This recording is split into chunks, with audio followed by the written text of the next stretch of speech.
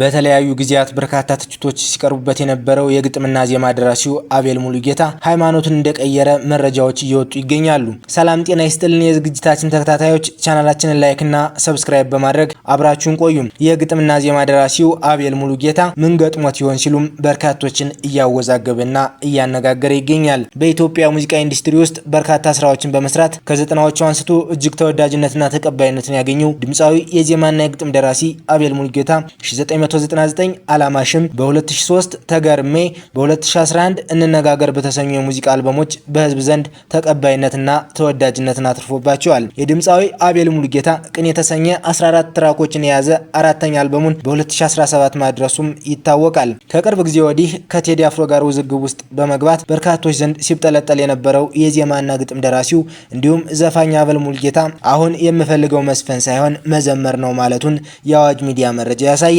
አቤል ሙሉጌታ ባህልን ዘመናዊ እንዲሁም ሀገራዊን በጥሩ ዜማና ግጥም ለአድማጩ በማቅረብ ይታወቃል። በቅርቡ ባወጣው አልበሙ ዙሪያም በርካታ ጭቅጭቆችን ያስተናገደ እንደነበረም አይዘነጋም። የአዋጅ ሚዲያ መረጃ እንደሚያሳየው ከሆነ አቤል ሃይማኖት ቀይራለሁ ማለቱ በርካቶችን እያነጋገረ ይገኛል።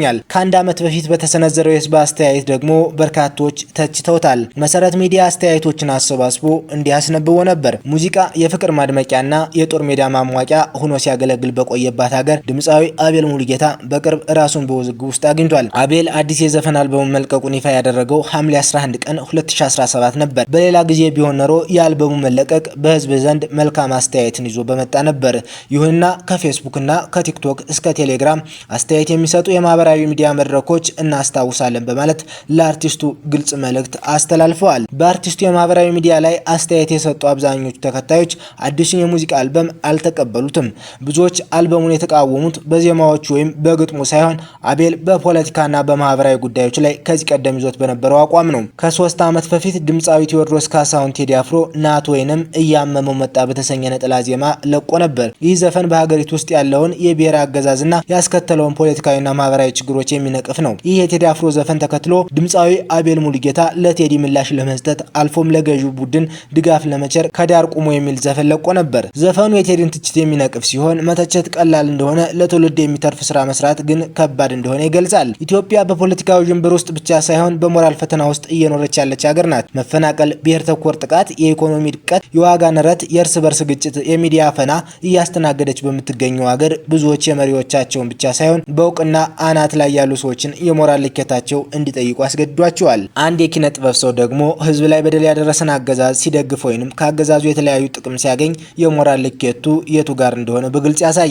በደል የደረሰበት ህዝብ በምላሹ የሚሰጣቸውን ክብር እና አድናቆት ያነሳል። ስራዎቻቸውንም ባለመስማት ተቃውሞውን ያሰማል። አቤልም የገጠመው ይሄ ነው። በየትኛውም ዲሞክራሲያዊ ማህበረሰብ ውስጥ ሀሳብን በነጻነት የመግለጽ መብት የተጠበቀ ነው። ቢያንስ በመርህ ደረጃ አርቲስቶችን ጨምሮ ሁሉም ዜጎች ይህ መብት የተጎናጸፉ ናቸው። ሙዚቀኞች ያላቸውን የትኛውንም አቋም የማንጸባረቅ መብት ያላቸው በመሆኑ ዝም ሊሰኙ አይገባም። ነገር ግን እውነት በስልጣን ላይ ላሉት በመናገርና ህዝብ ችግር ላይ ባለ ጊዜ ከገዥ መንግስት ጋር በመስማማት መካከል ልዩነት አለ።